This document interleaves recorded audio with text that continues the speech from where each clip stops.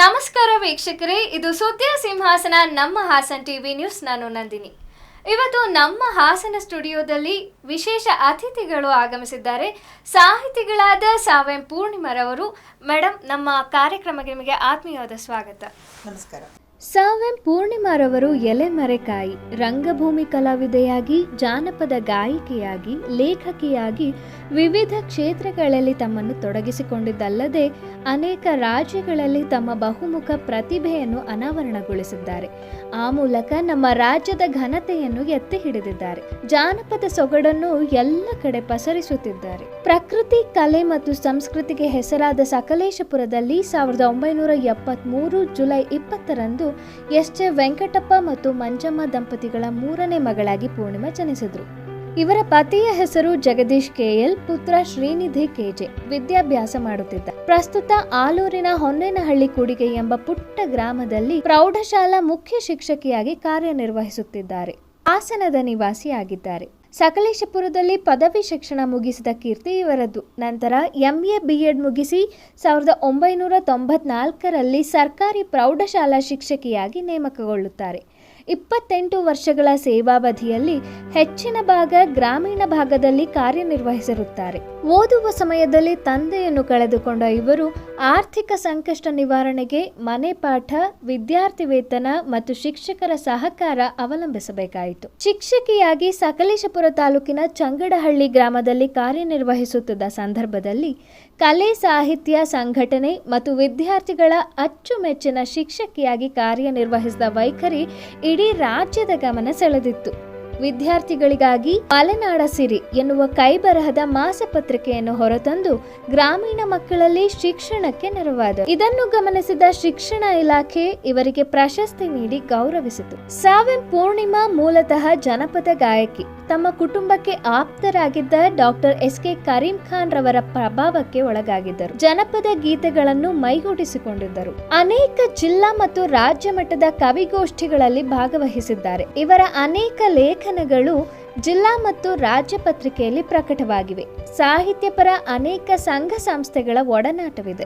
ಸಕಲೇಶಪುರದ ಸಂವಹನ ವೇದಿಕೆಯ ಅಧ್ಯಕ್ಷರಾಗಿದ್ದ ಸಂದರ್ಭದಲ್ಲಿ ಜನಪದ ಸಂವಹನ ಎಂಬ ಕಲಾ ತಂಡವನ್ನು ಕಟ್ಟಿಕೊಂಡು ರಾಜ್ಯದ ಮೂಲೆ ಮೂಲೆಗಳಲ್ಲಿ ಜನಪದ ಗೀತೆಗಳನ್ನು ಹಾಡುವುದರ ಜೊತೆಗೆ ಜನಪದ ಗೀತೆಗಳ ಸಂಗ್ರಹದಲ್ಲಿಯೂ ತೊಡಗಿದ್ದರು. ಇವರ ಅನಾವರಣದತ್ತ ಎನ್ನುವ ಕವಿತೆಗೆ ರಾಜ್ಯ ಮಟ್ಟದ ಮಲ್ಲಿಗೆ ಮುಗುಳು ಪ್ರಶಸ್ತಿ ಲಭಿಸಿದೆ. ಇವರ ಆಶಯ ಮತ್ತು ಅಮ್ಮನಾಗುವೆಯ ಕವಿತೆ, ಇವರ ಅದ್ಭುತ ಅಭಿನಯಕ್ಕೆ ರಾಜ್ಯ ಮಟ್ಟದ ಶ್ರೇಷ್ಠ ನಟಿ ಪ್ರಶಸ್ತಿ ಸಿಕ್ಕಿದೆ. ಜನಪದ ಗೀತೆ ಮತ್ತು ನೃತ್ಯಕ್ಕೆ ರಾಜ್ಯ ಪ್ರಶಸ್ತಿ, ಜಿಲ್ಲಾ ಮಟ್ಟದ ಅತ್ಯುತ್ತಮ ಶಿಕ್ಷಕಿ ಪ್ರಶಸ್ತಿ, ಕಲೆ ಮತ್ತು ಸಾಹಿತ್ಯಕ್ಕಾಗಿ ತಾಲೂಕು ಪ್ರಶಸ್ತಿ, ಸಕಲೇಶಪುರ ತಾಲೂಕು ರಾಜ್ಯೋತ್ಸವ ಪ್ರಶಸ್ತಿ, ಮಹಾನಾಯಕ ಅಂಬೇಡ್ಕರ್ ಸಾಧನಾ ಪ್ರಶಸ್ತಿ, ಹೀಗೆ ಅನೇಕ ಪ್ರಶಸ್ತಿಗಳು ಇವರನ್ನು ಅರಸಿ ಬಂದಿವೆ. ಆಕಾಶವಾಣಿ ಮತ್ತು ದೂರದರ್ಶನದಲ್ಲಿ ಇವರ ಗಾಯನ ಮತ್ತು ಸಂದರ್ಶನಗಳು ಪ್ರಸಾರವಾಗಿವೆ. ವೇಣುಗಿರಿ ಪತ್ರಿಕೆಯಲ್ಲಿ ಮೂಡಣ ಕೆಂಪಾದಾಗ ಎನ್ನುವ ಶೀರ್ಷಿಕೆಯಡಿ ಇವರು ಬರೆಯುತ್ತಿದ್ದ ಲೇಖನಗಳು ಹಾಗೂ ಯೂಟ್ಯೂಬ್ ಚಾನೆಲ್ನಲ್ಲಿ ಇವರು ಹಾಡುತ್ತಿದ್ದ ಜನಪದ ಗೀತೆಗಳನ್ನು ಕೇಳಿ ನೂರಾರು ಮಕ್ಕಳು ಜನಪದ ಗೀತೆಗಳನ್ನು ಅಭ್ಯಾಸ ಮಾಡುತ್ತಿದ್ದಾರೆ. ಸಾವೆಂ ಪೂರ್ಣಿಮಾ ಬಹುಮುಖ ಪ್ರತಿಭೆ, ಮಾದರಿ ಶಿಕ್ಷಕಿ. ಬನ್ನಿ ಇವರೊಂದಿಗೆ ಮತ್ತಷ್ಟು ಮಾತುಕತೆ ನಡೆಸೋಣ. ಇವತ್ತಿನ ಕಾರ್ಯಕ್ರಮದ ವಿಶೇಷತೆ ಬಗ್ಗೆ ಮಾತಾಡೋದಾದ್ರೆ, ಇತ್ತೀಚೆಗಷ್ಟೇ ನಿಮ್ಮ ಚೊಚ್ಚಲ ಪುಸ್ತಕ ಒಂದೆಲೆ ಮೇಲಿನ ಕಡು ಬಿಡುಗಡೆಯಾಗಿದೆ ಹಾಗೂ ಹಾಸನದಲ್ಲಿ ಮನೆ ಮಾತಾಗಿದೆ. ಸಾಕಷ್ಟು ಚರ್ಚೆಗಳು ಕೂಡ ಈ ಪುಸ್ತಕದ ಬಗ್ಗೆ ನಡೀತಾ ಇದೆ. ಇದ್ರ ಬಗ್ಗೆ ನೀವೇನು ಹೇಳ್ತೀರಾ? ಒಂದೆಲೆ ಮೇಲಿನ ಕಾಡು ಏಪ್ರಿಲ್ 28, 2024 ಪುಸ್ತಕ ಬಿಡುಗಡೆ ಆಯಿತು. ಈ ಪುಸ್ತಕ ಬಿಡುಗಡೆ ಆಗೋದಕ್ಕಿಂತ ಮುಂಚೆ ಜೇನುಗಿರಿ ದಿನಪತ್ರಿಕೆಯಲ್ಲಿ ನಾನು ಅಂಕಣ ಬರೆಗಳನ್ನು ಬರಿತಾ ಇದ್ದೆ. ಅದು ಮುಡಣ ಕೆಂಪಾದಾಗ ಎನ್ನುವಂಥ ಶೀರ್ಷಿಕೆಯಡಿ ಅಂಕಣ ಬರಹಗಳು ವಾರಕ್ಕೊಂದು ಬರೋದಕ್ಕೆ ಶುರುವಾಗಿತ್ತು.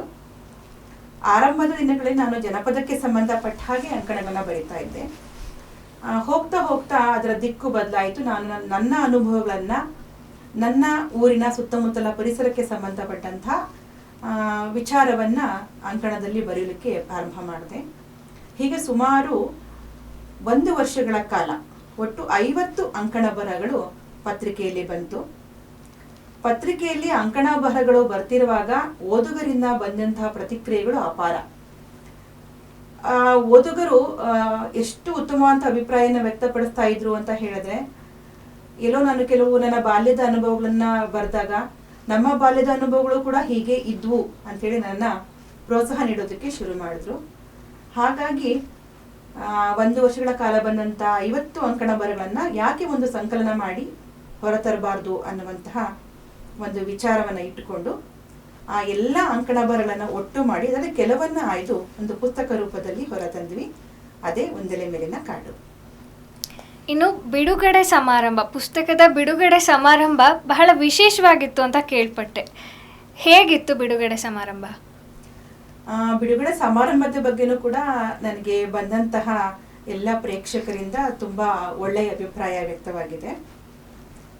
ಪುಸ್ತಕ ಬಿಡುಗಡೆಯನ್ನ ನಮ್ಮ ಹಿರಿಯ ಸಾಹಿತಿಗಳಾದಂತಹ ಬಾನು ಮುಷ್ತಾಕ್ ಅವರು ಮಾಡಿದ್ರು. ಆ ಕಾರ್ಯಕ್ರಮದ ಅಧ್ಯಕ್ಷತೆಯನ್ನ ಕರ್ನಾಟಕ ಲೇಖಕಿಯರ ಸಂಘದ ಅಧ್ಯಕ್ಷರಾದಂತಹ HL ಪುಷ್ಪಾರವರು ನೆರವೇರಿಸಿಕೊಟ್ರು. ನನ್ನ ಕೃತಿ ಒಂದೆಲೆ ಮೇಲಿನ ಕಾಡನ್ನ ಕುರಿತಾಗಿ ಸುಧಾ ಮತ್ತು ಮಯೂರ ಪತ್ರಿಕೆ ಪುಸ್ತಕದ ವಾರಪತ್ರಿಕೆಯ ಸಂಪಾದಕರಾದಂಥ ಚಹ ರಘುನಾಥ್ ರವರು ಆ ಕೃತಿಯನ್ನ ಕುರಿತು ಮಾತನಾಡಿದರು. ಪುಸ್ತಕದ ಬಿಡುಗಡೆ ಹೇಗೆ ಆಯಿತು ಅಂತ ಹೇಳಿದ್ರೆ, ಪುಸ್ತಕವನ್ನ ಒಂದು ಪೆಟ್ಟಿಗೆಯಲ್ಲಿ ಇರಿಸಲಾಗಿತ್ತು. ಆ ಪೆಟ್ಟಿಗೆಯನ್ನ ಕೌದಿಯಿಂದ ಮುಚ್ಚಲಾಗಿತ್ತು. ಉದ್ಘಾಟಕರು ಆ ಕೌದಿಯನ್ನ ಬಿಡಿಸಿ ಅದರೊಳಗಿಂದ ಆ ಪೆಟ್ಟಿಗೆಯನ್ನು ತೆಗೆದು ಆ ಪೆಟ್ಟಿಗೆಯ ಒಳಗಡೆ ಪುಸ್ತಕ ಇತ್ತು. ಪುಸ್ತಕದ ಮೇಲೆಲ್ಲ ಎಲೆ ಇತ್ತು. ಮೂಲತಃ ನಾನು ಮಲೆನಾಡಿನ ಸಕಲೇಶ್ಪುರದವಳು, ಹಾಗಾಗಿ ಸಕಲೇಶ್ಪುರ ಏಲಕ್ಕಿ ಕಾಫಿ ಮೆಣಸಿಗೆ ತುಂಬ ಪ್ರಸಿದ್ಧಿ. ಆ ಪುಸ್ತಕದಲ್ಲಿ ಆ ಪೆಟ್ಟಿಗೆಯಲ್ಲಿ ಏಲಕ್ಕಿಗಳಿದ್ವು. ಏಲಕ್ಕಿಯಿಂದ ಘಮ ಘಮ ಅಂತ ಇತ್ತು. ಮೆಣಸು, ಕಾಫಿ, ಆಟಿಕೆಗಳು, ಒಂದು ಬಾಲ್ಯದ ನೆನಪನ್ನು ತರುವಂತಹ ಎಲ್ಲ ವಸ್ತುಗಳು ಅದರೊಳಗಿದ್ವು.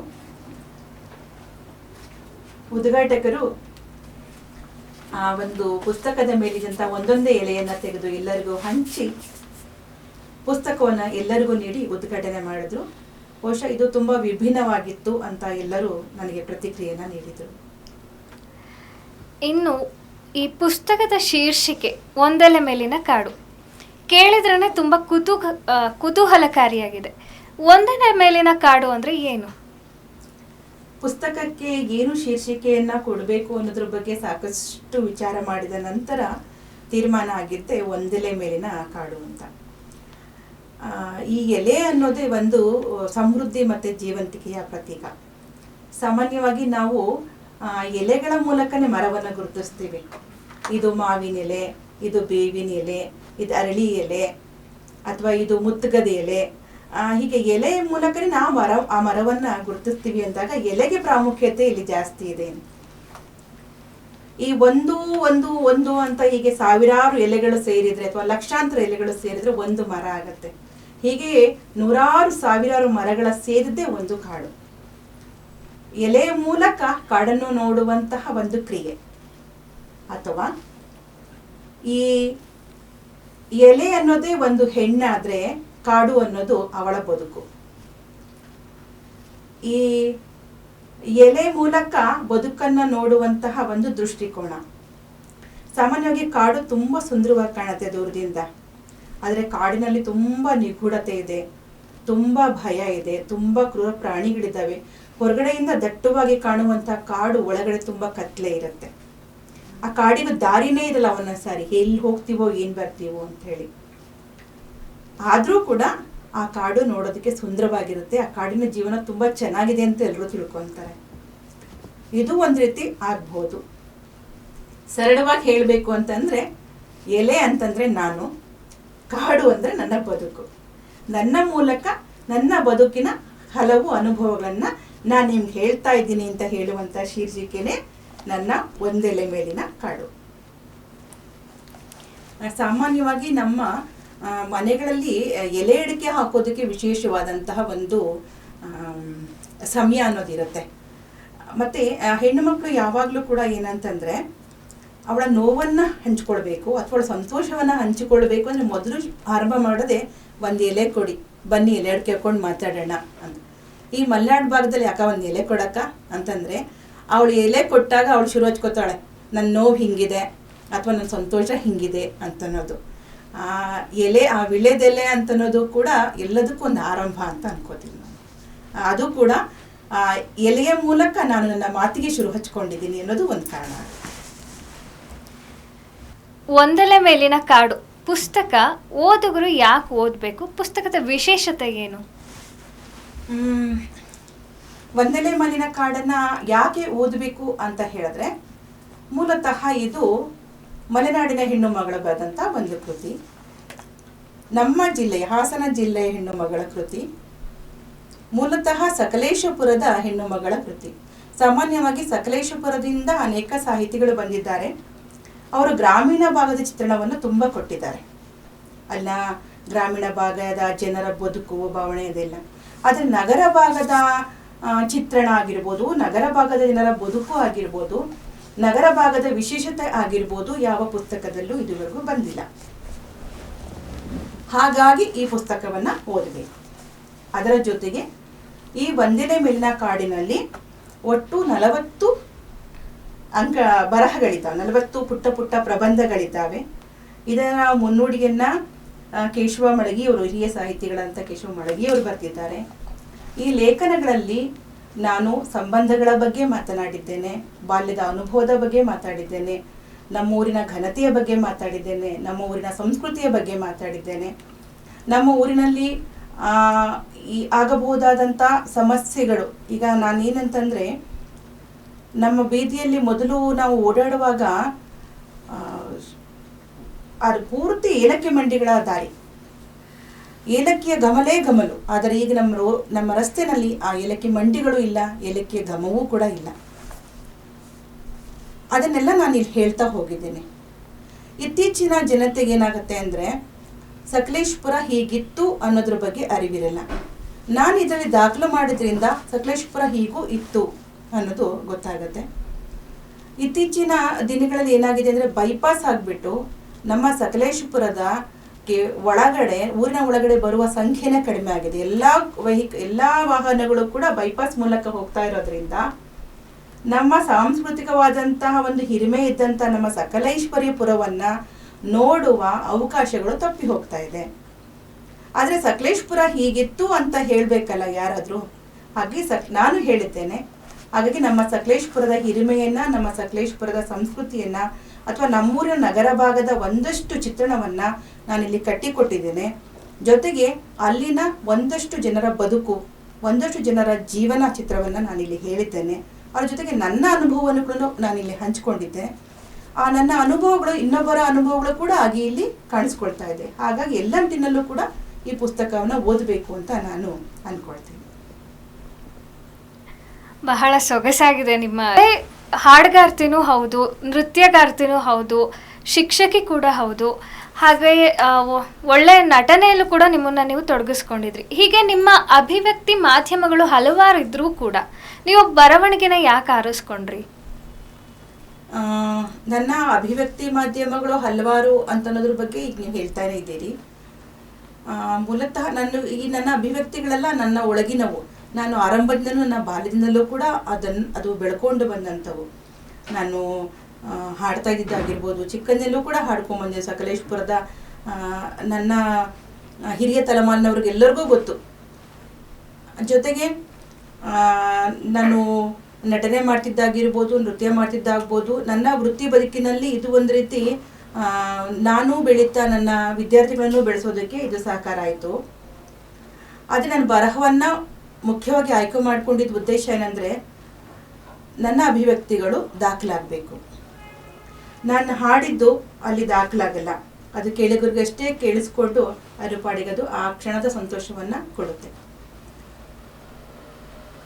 ನಾನು ಯಾವಾಗಲೂ ನಮ್ಮ ಮನೆಗಳಲ್ಲಿ ಕೂತ್ಕೊಂಡು ಒಂದಷ್ಟು ಮಾತಾಡ್ತಿರುವಾಗ, ಅಥವಾ ನನ್ನ ಸ್ನೇಹಿತರ ಜೊತೆ ಒಂದಷ್ಟು ಕೂತ್ಕೊಂಡು ಮಾತನಾಡ್ತಿರುವಾಗ ಸಾಕಷ್ಟು ವಿಚಾರಗಳನ್ನು ಚರ್ಚೆ ಮಾಡ್ತಿದ್ವಿ. ಆ ಚರ್ಚೆಗಳು ಆ ಸಮಯಕ್ಕಷ್ಟೇ ಸೀಮಿತ ಆಗಿರ್ತಿತ್ತು. ಅದಾದ ನಂತರ ಅದು ಅಲ್ಲಿರ್ತಿರ್ಲಿಲ್ಲ. ಆದರೆ ನಾವು ಮಾತಾಡುವಂಥ ವಿಚಾರಗಳು ಉಳ್ಕೊಳ್ಬೇಕು, ಮತ್ತೊಬ್ಬರಿಗೆ ಅದು ಗೊತ್ತಾಗಬೇಕು ಅಂತಂದಾಗ ಅದು ನಾನು ಬರವಣಿಗೆ ಮೂಲಕ ದಾಖಲಿಸ್ಬೇಕಾಗ್ತಿತ್ತು. ತುಂಬ ಸರಿಮೆ ನಾನು ನಮ್ಮ ಯಾವುದಾದ್ರೂ ಒಂದು ಸಂತೋಷದ ಕೂಟಗಳ, ಮದುವೆ ಮುಂಜಿ ಇಂಥ ಕಡೆ ಎಲ್ಲ ನಾವು ಹೋಗಿ ಕುತ್ಕೊಂಡು ಮಾತಾಡ್ತಿರುವಾಗ ಎಷ್ಟೋ ವಿಚಾರಗಳು ನಮಗೆ ಗೊತ್ತಿಲ್ದಿರೋ ವಿಚಾರಗಳು ಕೂಡ ನಮಗೆ ಗೊತ್ತಾಗ್ತಾ ಇತ್ತು. ನಮ್ಮ ಹಿರಿಯವರು ಹೇಗಿದ್ರು ಅನ್ನೋದಾಗಿರ್ಬೋದು, ನಮ್ಮ ಊರು ಹೇಗಿತ್ತು ಅನ್ನೋದಾಗಿರ್ಬೋದು, ಅಥವಾ ನಮ್ಮ ಮನೆಯ ಪೂರ್ವಜರ ಒಂದಷ್ಟು ಸ್ವಾರಸ್ಯಕರವಾದಂಥ ಕೆಲವು ಸಂಗತಿಗಳಾಗಿರ್ಬೋದು. ನಾನು ಅಂದ್ಕೊಳ್ತಿದ್ದೆ ಬಹುಶಃ ನನಗೆ ಮಾತ್ರ ಇದು ಗೊತ್ತಾಗುತ್ತೆ, ನನ್ನ ಮುಂದಿನ ಜನ್ರೇಷನ್ಗೆ ಇದು ಗೊತ್ತೇ ಆಗೋದಿಲ್ಲ ಅಂತ ತುಂಬ ಸರಿ ಅಂದ್ಕೊಳ್ತಾ ಇದ್ದೆ. ಹಾಗಾಗಿ ನಾನು ಏನು ಮಾಡಿದೆ ಅಂದರೆ, ಬರಹ ಆದರೆ ಅದನ್ನು ನಾನು ದಾಖಲಿಸ್ಬೋದು, ಅದು ಕಳೆದು ಹೋಗೋದಾಗಿ ನಾನು ಉಳಿಸ್ಕೊಳ್ಬೋದು ಅಂತ ಯೋಚನೆ ಆದಾಗ ನಾನು ಆ ಬರಹವನ್ನು ನಾನು ಆಯ್ಕೆ ಮಾಡಿಕೊಂಡೆ. ಯಾಕಂದರೆ ಅದು ಕಳೆದು ಹೋಗಲ್ಲ, ಉಳಿಯುತ್ತೆ ಅನ್ನುವಂಥ ನಿಟ್ಟಿನಲ್ಲಿ. ಇನ್ನು ನಿಮಗೆ ಸಾಹಿತ್ಯಾಸಕ್ತರ ಒಡನಾಟ ತುಂಬ ಚೆನ್ನಾಗಿ ಇತ್ತು ಅಂತ ಹೇಳಿದ್ದೀರ. ಆದರೂ ಕೂಡ ನಿಮ್ಮ ಮೊದಲ ಕೃತಿ ತುಂಬ ವಿಳಂಬ ಆಗಿದ್ದು ಯಾಕೆ? ಇದು ನಿಜವಾಗ್ಲೂ ನಾನು ಏನು ಹೇಳಬೇಕು ಅನ್ನೋದು ಗೊತ್ತಾಗ್ತಿಲ್ಲ. ಇದು ನನ್ನ ಚೊಚ್ಚಲ ಕೃತಿ ಆದರೂ ಕೂಡ ನಾನು ಈಗ ಬರೆಯೋಕೆ ಆರಂಭ ಮಾಡಿದ್ದಲ್ಲ. ನಾನು ತುಂಬ ಸಮಯದಿಂದಲೂ ಕೂಡ ಬರಹವನ್ನು ಮುಂದುವರಿಸ್ಕೊಂಡು ಬರ್ತೇನೆ. ಬಹುಶಃ ಚಿಕ್ಕದಿಂದಲೂ ಅನಿಸುತ್ತೆ, ನಾನು ಪ್ರಾಥಮಿಕ ಹಂತದಲ್ಲೂ ಕೂಡ ನಾನು ಪ್ರಬಂಧಗಳನ್ನು ಬರಿತಾ ಇದ್ದೆ. ಮನೆಯಲ್ಲಿ ನನಗೆ ಪತ್ರ ಬರೆಸೋರು ಎಲ್ಲ ಸ್ವಲ್ಪ ಬೇರೆಯವ್ರಿಗೆ ಇಂಟ್ರೆಸ್ಟ್ರಿಗೆಲ್ಲ ಪತ್ರ ಬರೀಬೇಕು ಅಂದರೆ ನನ್ನ ಮೂಲಕನೇ ಪತ್ರ ಬರೆಸ್ತಾ ಇದ್ರು, ನನ್ನ ಹತ್ರನೇ ಓದಿಸ್ತಾ ಇದ್ರು. ಇದೆಲ್ಲ ಬರವಣಿಗೆನೆ, ಇದೆಲ್ಲ ಸಾಹಿತ್ಯದ ಒಂದೊಂದು ಪ್ರಕಾರನೇ ಅಂದ್ಕೊಳ್ತೀನಿ ನಾನು. ಈ ಪತ್ರ ಬರೆಯೋದ್ರಿಂದ ಪ್ರಾರಂಭ ಆಗದ್ದು, ಕೊನೆಗೆ ಶಾಲೆಗಳಲ್ಲಿ ಪ್ರಬಂಧ ಬರೀತಾ ಇದ್ದೆ. ಆಮೇಲೆ ನಾನು ಪ್ರೌಢಶಾಲೆ ಹಂತಕ್ಕೆ ಹೋದಾಗ ಸಣ್ಣ ಸಣ್ಣ ಕಥೆಗಳನ್ನು ಬರಿತಾ ಇದ್ದೆ. ಕಾಲೇಜು ಹಂತಕ್ಕೆ ಹೋದಾಗ ನಾನು ಸಣ್ಣ ಸಣ್ಣ ಕವಿತೆಗಳನ್ನು ಬರಿತಾ ಇದ್ದೆ.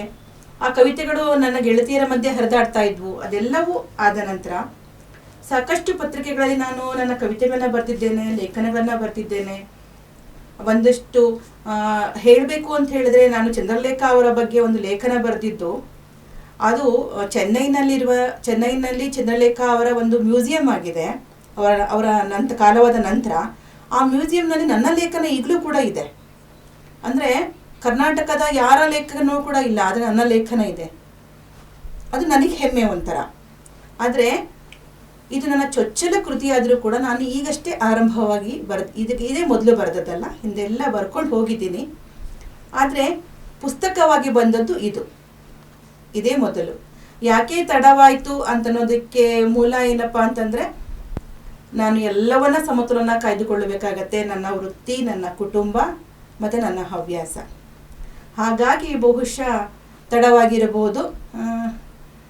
ತಡವಾದರೂ ಕೂಡ ಚೆನ್ನಾಗಾಗಿದೆ ಅಂತ ಅನ್ನೋ ಸಮಾಧಾನ ನನಗೆ. ಬದುಕು ಮತ್ತು ಬರವಣಿಗೆ ಬಗ್ಗೆ ಸಮತೋಲನ ಹೇಗೆ ನಡೀತಾ ಇದೆ? ಅದೇ ಈಗಷ್ಟೇ ನಾನು ಹೇಳಿದೆ ಅಲ್ವಾ, ಮೂಲತಃ ನಾನು ಶಿಕ್ಷಕಿ. ಈಗ ನಾನು ಮುಖ್ಯ ಶಿಕ್ಷಕಿ. 30 ವರ್ಷಗಳ ನನ್ನ ಸೇವಾವಧಿಯಲ್ಲಿ ನಾನು, ನನ್ನ ಮಕ್ಕಳು, ನನ್ನ ಶಾಲೆ, ಇದು ನನ್ನ ಪ್ರಪಂಚ. ಆ ಅವಧಿ ಮುಗಿದ ನಂತರ ನನ್ನ ಕುಟುಂಬ ನನ್ನ ಪ್ರಪಂಚ. ಆ ಸಮತೋಲನ ಹೇಗೆ ಅಂತಂದರೆ, ನಾನು ಶಾಲೆಯಲ್ಲಿದ್ದಾಗ ನಾನು ಶಿಕ್ಷಕಿ ಅಷ್ಟೇ, ನಾನು ಇನ್ಯಾರೂ ಅಲ್ಲ, ಗೃಹಿಣಿ ಅಲ್ಲ. ಆದರೆ ಮನೆಗೆ ಬಂದ ಮೇಲೆ ನಾನು ಗೃಹಿಣಿ, ನಾನು ಅಮ್ಮ, ನನ್ನ ಹೆಂಡತಿ, ನಾನು ಅತ್ತಿಗೆ, ನನ್ನ ನಾದಿನಿ, ನಾನು ಸೊಸೆ, ಎಲ್ಲ ಪಾತ್ರವನ್ನು ನಾನು ಮನೆಯಲ್ಲಿ ನಿಭಾಯಿಸಬೇಕಾಗತ್ತೆ. ಆದರೆ ನಾನು ವೃತ್ತಿಗೆ ಬಂದ ನಂತರ ನನ್ನ ಪೂರ್ತಿ ನ್ಯಾಯ ನನ್ನ ಮಕ್ಕಳಿಗೆ ಮತ್ತು ನನ್ನ ಶಾಲೆಗೆ ಕೊಡಬೇಕಾಗತ್ತೆ. ಹಾಗಾಗಿ ಆ ಭಾಗ ಏನಿದೆ, ಆ ಭಾಗ ಅಲ್ಲಿಗೆ, ಈ ಭಾಗ ಇಲ್ಲಿಗೆ. ಹಾಗಾಗಿ ನನ್ನ ಸಮಯವನ್ನು ನಾನು ಹೀಗೆ ಎಲ್ಲ ಕಡೆ ಒಂದು ಟೈಮ್ ಟೇಬಲ್ ಮಾಡ್ಕೊಂಡ್ಬಿಟ್ಟಿದ್ದೀನಿ. ಹೇಗೆ ಅಂತ ಹೇಳಿದ್ರೆ, ಒಬ್ಬ ತಾಯಿ ತನ್ನ ಮಗುಗೆ ಶಾಲೆ ಕಳಿಸುವಾಗ ಯೂನಿಫಾರ್ಮ್ ಹಾಕ್ತಾಳೆ, ತಿಂಡಿ ತಿನ್ನಿಸ್ತಾಳೆ, ಬಸ್ ಹತ್ತಿಸ್ತಾಳೆ, ಟಾಟಾ ಮಾಡಿ ಕಳಿಸ್ತಾಳೆ, ಹೇಗೊಂದು ಟೈಮ್ ಟೇಬಲ್ ಹಾಕ್ಕೊಂಡಿರ್ತಾಳೋ ಹಾಗೆ ನಾನು ನನ್ನ ವೃತ್ತಿ ಮತ್ತು ನನ್ನ ಬದುಕಿಗೆ ಒಂದು ಟೈಮ್ ಟೇಬಲ್ ಹಾಕ್ಕೊಂಡಿದ್ದೀನಿ. ನಿಮ್ಮ ಸಾಹಿತ್ಯದಲ್ಲಿ ಜನಪದ ಪದೇ ಪದೇ ಬಂದು ಹೋಗ್ತಾ ಇರುತ್ತೆ, ಇದ್ರ ಬಗ್ಗೆ ನೀವೇನು ಹೇಳ್ತೀರಾ? ಜನಪದ ಅನ್ನೋದು ನಮ್ಮ ಮೂಲ ಬೇರು. ನನಗೆ ನೆಲಮೂಲ ಸಂಸ್ಕೃತಿ ಅನ್ನೋದ್ರ ಬಗ್ಗೆ ನನಗೆ ಬಹಳ ಬಹಳ ಅತ್ಯಂತ ಅಪ್ಯಾಯಮಾನವಂಥ ವಿಷಯ ಅಂದರೆ ನನಗೆ ನೆಲಮೂಲ ಸಂಸ್ಕೃತಿಯ ವಿಷಯ. ಜನಪದ ಯಾಕೆ ಪದೇ ಪದೇ ಬಂದು ಹೋಗುತ್ತೆ ಅಂತ ಹೇಳಿದ್ರೆ, ನನ್ನ ತಂದೆಯವರು ಮತ್ತು ನಮ್ಮ ಜನಪದ ಜಂಗಮ ಎಸ್ ಕೆ ಕರೀಂ ಖಾನ್ ಅವರು ಆಪ್ತ ಸ್ನೇಹಿತರು. ಕರೀಂ ಖಾನ್ ರವರು ನಮ್ಮ ಮನೆಗೆ ತುಂಬ ಬರ್ತಾ ಇದ್ರು. ಚಿಕ್ಕಂದ ಬಾಲ್ಯದಲ್ಲಿ ನಾವು ಅವ್ರ ಮುಂದೆ ಎಲ್ಲ ಓಡಾಡ್ತಾ ಇದ್ವಿ. ಅವ್ರು ನಮಗೆ ಪೆಪರ್ಮೆಂಟ್ ತೆಗೆದು ಕೊಡ್ತಾ ಇದ್ರು, ನಮ್ಗೆ ಕೆನ್ನೆ ಸವರ್ತಾ ಇದ್ರು. ನನ್ನ ಕರ್ಕೊಂಡು ತೊಡೆ ಮೇಲೆ ಕೂರಿಸ್ಕೊಂಡು ಜೋಗಿ ಜಂಗಮರೇ ಹೋಗಿನಂಥವರಿಗೆ ನನಗೆ ಹಾಡು ಹೇಳ್ಕೊಟ್ಟಿದ್ದಾರೆ ಕರೀಂ ಖಾನ್ ಅವರು. ಆ ನೆನಪುಗಳು ನನಗೆ ಎಷ್ಟು ಅಂದರೆ, ನಾನು ತುಂಬ ಪುಟ್ಟಳು, ನನಗೆ ನೆನಪು ತುಂಬ ಮಬ್ಬು ನೆನಪುಗಳು. ಆದರೆ ಅದು ಆ ಚಿತ್ರಣ ಮಾತ್ರ ನನಗೆ ತುಂಬ ಹಚ್ಚೋತಿದೆ. ಮತ್ತು ಮನೆಯಲ್ಲಿ ನಡೆದಿದ್ದ ಚರ್ಚೆಗಳು, ಕರೀಂ ಖಾನ್ ರವರ ಯಾವುದೇ ಹಾಡು, ಸಿನಿಮಾ ಸಾಹಿತ್ಯ ಆಗಿರ್ಬೋದು, ಜನಪದ ಸಾಹಿತ್ಯ ಇತ್ತು, ಅವರ ಬಗ್ಗೆ ಅಭಿಮಾನದ ನುಡಿಗಳನ್ನ ಕೇಳಿ ನನಗೆ ಏನಾಗ್ತಿತ್ತು ಅಂತಂದರೆ ಆ ಸಂಸ್ಕೃತಿ ಬಗ್ಗೆ, ಆ ವಿಷಯದ ಬಗ್ಗೆ, ಜನಪದ ಬಗ್ಗೆ ತುಂಬ ಆಸಕ್ತಿ ಬೆಳೀತಾ ಹೋಯಿತು. ಮತ್ತು ನಮ್ಮ ಮನೆಯಲ್ಲೂ ಕೂಡ ಏನು ನಾವು ನಗರ ಭಾಗದಲ್ಲಿ ಇದ್ದರೂ ಕೂಡ ಗ್ರಾಮೀಣ ಭಾಗದ ಗ್ರಾಮೀಣ ಸಂಸ್ಕೃತಿಯೇ ನಮ್ಮ ಮನೆಯಲ್ಲಿತ್ತು, ಆಚರಣೆ ಕೂಡ ಹಾಗೆ ಇತ್ತು. ಹಾಗಾಗಿ ಅದ್ರ ಬಗ್ಗೆ ವಿಶೇಷವಾದಂಥ ನನಗೆ ಒಲವು ಜಾಸ್ತಿ ಆಗಿದ್ದು, ನಾನು ಎಲ್ಲೂ ಹೋದರೂ ಕೂಡ ನಾನು ಆ ಜನಪದಕ್ಕೆ ವಾಪಸ್ ಬರ್ತೀನಿ. ಎಲ್ಲೂ ಸುತ್ತಾಕೊಂಡ್ರೂ ಕೂಡ ಜನಪದ ಸಾಹಿತ್ಯಕ್ಕೆ ನಾನು ಮೊದಲ ಪ್ರಾಶಸ್ತ್ಯ ಕೊಡ್ತೀನಿ, ಜನಪದ ಗೀತೆಗಳಿಗೆ ಮೊದಲ ಪ್ರಾಶಸ್ತ್ಯ ಕೊಡ್ತೀನಿ. ಯಾಕೆಂದರೆ ಅದು ನನ್ನ ಉಸಿರು, ನನ್ನ ಜೀವ, ನನಗೆ ತುಂಬ ಅತ್ಯಂತ ಇಷ್ಟವಾದ ವಿಷಯ. ಎಲ್ಲ ಗೊತ್ತಿರೋ ಹಾಗೆ ನೀವು ತುಂಬ ಒಳ್ಳೆ ಗಾಯಕಿ. ನಮ್ಮ ವೀಕ್ಷಕರಿಗೋಸ್ಕರ ಯಾವುದಾದ್ರೂ ನಿಮಗೆ ತುಂಬ ಇಷ್ಟವಾಗಿರುವಂಥ ಹಾಡು 2 ಸಾಲು. ಇಷ್ಟವಾಗಿರುವ ಅಂತ ಅನ್ನೋದಕ್ಕಿಂತ ನಾನು ಚಿಕ್ಕದಿಂದನೂ ಒಂದು ಹಾಡನ್ನು ಜಾಸ್ತಿ ಎಲ್ಲ ಸಮಯದಲ್ಲೂ ಹಾಡ್ತಿದ್ದೆ. ಅದು ಯಾವುದು ಅಂತಂದರೆ, ಹೊತ್ತು ಮುಳುಗಿ ಕತ್ತಲಾಗಿ ದೀಪ ಹಚ್ಚೋ ವೇಳೆಯಾಗಿ, ಹೊತ್ತು ಮುಳುಗಿ ಕತ್ತಲಾಗಿ ದೀಪ ಹಚ್ಚೋ ವೇಳೆಯಾಗಿ, ಅಣ್ಣ ಬರಲಿಲ್ಲ ಕರೆಯಾಕ, ಸುವಲಾಲಿ ಸುವಾಲಿ ಸುವಲಾಲಿ ಸುವಾಲಿ, ಆಷಾಢ ಮಾಸ ಬಂದೀತವ್ವ, ಅಣ್ಣ ಬರಲಿಲ್ಲ ಕರಿಯಾಕ, ಎಷ್ಟಂತ ನೋಡಾನಿ ತವರೂರ ಹಾದಿ, ಸುವಲಾಲಿ ಸುವಾಲಿ ಸುವಲಾಲಿ ಸುವಾಲಿ. ತುಂಬ ಇಂಪಾಗಿತ್ತು. ಎಸ್ ನರಸಿಂಹಸ್ವಾಮಿಯವರ ಹಾಡು. ತಾರೆಗಳ ಜರತಾರಿ ಅಂಗಿ ತೊಡಿಸುವರಂತೆ, ಚಂದಿರನ ತಂಗಿಯರು ನಿನ್ನ ಕರೆದು, ಹೂವ ಮುಡಿಸುವರಂತೆ ಹಾಲ ಕುಡಿಸುವರಂತೆ, ವೀಣೆ ನುಡಿಸುವರಂತೆ ಸುತ್ತ ನೆರೆದು, ವೀಣೆ ನುಡಿಸುವರಂತೆ ಸುತ್ತ ನೆರೆದು, ವೀಣೆ ನುಡಿಸುವರಂತೆ ಸುತ್ತ ನೆರೆದು, ಅತ್ತಿತ್ತ ನೋಡದಿರು ಅತ್ತು ಹೊರಳಾಡದಿರು, ನಿದ್ದೆ ಬರುವಳು ಕದ್ದು ಮಲಗು ಮಗುವೆ, ಜೋ ಜೋ ಜೋ ಜೋ, ಸುತ್ತಿ ಹೊರಳಾಡದಿರು ಮತ್ತೆ ಹಠ ಹೂಡದಿರು, ನಿದ್ದೆ ಬರುವಳು ಕದ್ದು ಮಲಗು ಮಗುವೆ, ಜೋ ಜೋ ಜೋ ಜೋ ಜೋ ಜೋ ಜೋ ಜೋ. ಕೇಳ್ತಾ ಇದ್ರೆ ಇನ್ನೂ ಕೇಳ್ತಾನೆ ಇರಬೇಕು ಅನಿಸುತ್ತೆ.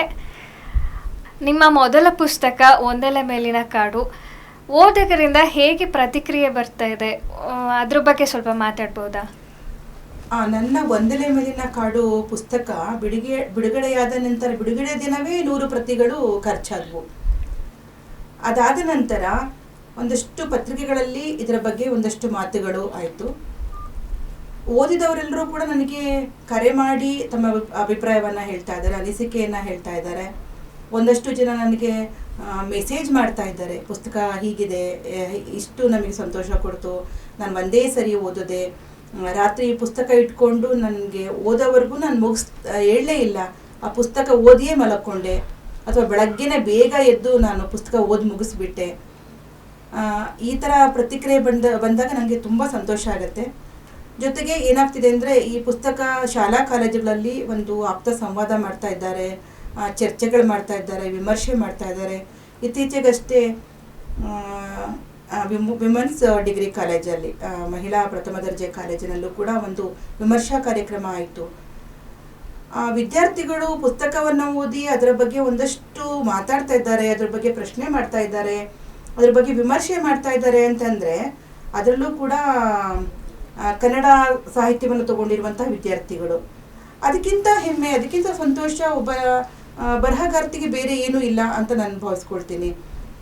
ಆ ಮಕ್ಕಳು ಈ ಪುಸ್ತಕವನ್ನು ಓದಿ ನನ್ನ ಹತ್ರ ಪ್ರಶ್ನೆ ಕೇಳಿದಾಗ ಸಂಬಂಧಗಳ ಬಗ್ಗೆ ಅಷ್ಟು ಚಂದವಾಗಿ ಮಾತಾಡ್ತಾ ಇದ್ದಾರೆ, ವಿಭಕ್ತ ಕುಟುಂಬದ ಬಗ್ಗೆ ಮಾತಾಡ್ತಾ ಇದ್ದಾರೆ, ಮಲೆನಾಡಿನ ಸಂಸ್ಕೃತಿ ಬಗ್ಗೆ ಮಾತಾಡ್ತಾ ಇದ್ದಾರೆ, ಮಲೆನಾಡಿನ ಆಹಾರದ ಬಗ್ಗೆ ಮಾತಾಡ್ತಾ ಇದ್ದಾರೆ, ಮಲೆನಾಡಿನ ಜನರ ಬದುಕಿನ ಬಗ್ಗೆ ಮಾತಾಡ್ತಾರೆ, ಮಲೆನಾಡಿನ ಜನರ ಭಾವನೆಗಳ ಬಗ್ಗೆ ಮಾತಾಡ್ತಾರೆ ಅಂತಂದರೆ ನಾನು ಬರೆದಿರುವಂಥ ಅಷ್ಟು ವಿಚಾರವನ್ನು ಅವರು ಅರ್ಥೈಸ್ಕೊಂಡಿದ್ದಾರೆ, ಅದ್ರ ಬಗ್ಗೆ ಒಂದಷ್ಟು ಮನನ ಮಾಡ್ಕೊಂಡಿದ್ದಾರೆ, ಅದ್ರ ಬಗ್ಗೆ ಒಂದಷ್ಟು ಚಿಂತನೆ ಮಾಡ್ಕೊಂಡಿದ್ದಾರೆ ಅಂತ ಅರ್ಥ. ಇದು ಒಂದೇ ಅಲ್ಲ, ಬೇರೆ ಬೇರೆ ಕಡೆ ಇದ್ರ ಬಗ್ಗೆ ಒಂದಷ್ಟು ಚರ್ಚಾ ಕಾರ್ಯಕ್ರಮವನ್ನು ಮಾಡ್ತೀವಿ ಅಂಥೇಳಿ ಎಲ್ಲರೂ ಕೂಡ ಮುಂದಾಗ್ತಾ ಇದ್ದಾರೆ. ಪುಸ್ತಕಗಳು ಸಾಕಷ್ಟು ಮಾರಾಟ ಆಗ್ತಿದೆ ಅಂದರೆ ಎಲ್ಲರೂ ಕೂಡ ನಮಗೆ ಒಂದು 5 ಪ್ರತಿ ಬೇಕು, ನಮಗೊಂದು 10 ಪ್ರತಿ ಬೇಕು, ಹೀಗೆ ಪುಸ್ತಕಗಳನ್ನ ತಗೊಳ್ತಾ ಇದ್ದಾರೆ. ಒಂದಷ್ಟು ಮಕ್ಕಳಿಗೆ ಪ್ರತಿಭಾವಂತ ಮಕ್ಕಳಿಗೆ ಕಾಣಿಕೆ ರೂಪದಲ್ಲಿ ಕೊಡ್ತಾ ಇದ್ದಾರೆ ಅಂತಂದರೆ ಬಹುಶಃ ಈ ಪುಸ್ತಕ ಒಳ್ಳೆ ರೀತಿಯಲ್ಲಿ ಸಾಗ್ತಾ ಇದೆ ಅಂತ ನಾನು ಅನ್ಕೊಳ್ತೀನಿ. ನನಗೆ ತುಂಬ ಖುಷಿ ವಿಚಾರ ಏನು ಅಂದರೆ ನನ್ನ ಗುರುಗಳಿಗೆ ನನ್ನ ಮೊದಲ ಸಂದರ್ಶನ ಮಾಡಿದ್ದು ತುಂಬ ಹೆಮ್ಮೆಯ ವಿಷಯ. ನಾನು ಇವರ ವಿದ್ಯಾರ್ಥಿನಿ ಅಂತ ಹೇಳ್ಕೊಳ್ಳೋಕ್ಕೆ ನಿಜವಾಗ್ಲೂ ತುಂಬ ಖುಷಿ ಆಗುತ್ತೆ ಮ್ಯಾಮ್.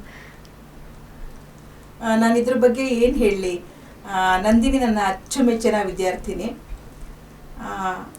ಮಗ ತಂದೆನ ಮೀರಿಸ್ಬೇಕಂತೆ, ಶಿಷ್ಯ ಗುರುವನ್ನು ಮೀರಿಸ್ಬೇಕಂತೆ. ನನ್ನ ಬಗ್ಗೆ ಪ್ರಶ್ನೆಯನ್ನು ನನ್ನ ವಿದ್ಯಾರ್ಥಿನಿನೇ ಕೇಳ್ತಾಳೆ ಅಂತ, ನನ್ನ ಶಿಷ್ಯನೇ ನನ್ನ ಸಂದರ್ಶನ ಮಾಡ್ತಾಳೆ ಅಂದರೆ ನನಗೆ ತುಂಬ ಹೆಮ್ಮೆಯ ವಿಷಯ.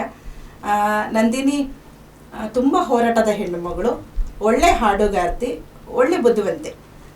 ನಂದಿನಿ ಇನ್ನೂ ಚೆನ್ನಾಗಿ ಬೆಳಿಬೇಕು ಅನ್ನೋದು ನನ್ನ ಆಸೆ. ಬಹುಶಃ ನಂದಿನಿಗೆ ಎಲ್ಲ ಇದರ ನಂತರ ಇನ್ನೂ ಒಳ್ಳೆ ದೊಡ್ಡ ದೊಡ್ಡ ಸಾಹಿತಿಗಳ ಅಥವಾ ದೊಡ್ಡ ದೊಡ್ಡ ಮಹಾನ್ ವ್ಯಕ್ತಿಗಳ ಸಂದರ್ಶನ ಮಾಡುವಂಥ ಅವಕಾಶ ಸಿಗಲಿ ಅನ್ನೋದು ನನ್ನ ಹಾರೈಕೆ. ಒಳ್ಳೆದಾಗಲಿ ನಂದಿನಿ, ನಿನ್ನ ತುಂಬ ಎತ್ತದಲ್ಲಿ ನೋಡೋಕೆ ನಾನು ಇಷ್ಟಪಡ್ತೇನೆ. ನಮ್ಮ ಹಾಸನ್ TV ಸ್ಟುಡಿಯೋಗೆ ಬಂದು ನಿಮ್ಮ ಸಮಯನ ನಮ್ಮ ಜೊತೆ ಹಂಚ್ಕೊಂಡಿದ್ದಕ್ಕೆ ತುಂಬ ಖುಷಿ. ಧನ್ಯವಾದಗಳು ಮ್ಯಾಮ್. ನನಗೂ ಕೂಡ ತುಂಬ ಸಂತೋಷ ಆಯಿತು. ನನಗೂ ಕೂಡ ಇಲ್ಲಿ ನನ್ನ ಸಂದರ್ಶನ ನಡೆಸಿಕೊಟ್ಟದ್ರ ಬಗ್ಗೆ ತುಂಬ ಸಂತೋಷ ಇದೆ. ಹಾಸನ TV ಎಲ್ಲ ಸಿಬ್ಬಂದಿ ವರ್ಗದವರಿಗೆ ನನ್ನ ಆತ್ಮೀಯವಾದಂತಹ ಪ್ರೀತಿಯ ಧನ್ಯವಾದಗಳು. ನನ್ನ ಗುರುಗಳಾದ ಸಾವೆಂ ಪೂರ್ಣಿಮಾರವರ ಒಂದೆಲೆ ಮೇಲಿನ ಕಾಡು ಕೃತಿಯನ್ನ ನಾನು ಕೂಡ ಓದಿದ್ದೀನಿ. ಬಹಳ ಚೆನ್ನಾಗಿದೆ ಕೃತಿಗಳು. ನೀವು ಕೂಡ ಈ ಪುಸ್ತಕನ ಕೊಂಡು ಓದಬೇಕು ಅನ್ನೋದು ನನ್ನ ಅಭಿಪ್ರಾಯ. ಇದು ಇವತ್ತಿನ ವಿಶೇಷ ಆಗಿತ್ತು. ಕ್ಷಣ ಕ್ಷಣದ ಅಪ್ಡೇಟ್ಸ್ಗಾಗಿ ನೋಡ್ತಾರೆ ಸುದ್ದಿಯ ಸಿಂಹಾಸನ ನಮ್ಮ ಹಾಸನ್ TV. ಇವತ್ತಿನ ಸಂದರ್ಶನ ನಿಮಗೆ ಇಷ್ಟ ಆಗಿದ್ರೆ ಲೈಕ್ ಮಾಡಿ, ಶೇರ್ ಮಾಡಿ ಹಾಗೂ ಸಬ್ಸ್ಕ್ರೈಬ್ ಮಾಡಿ.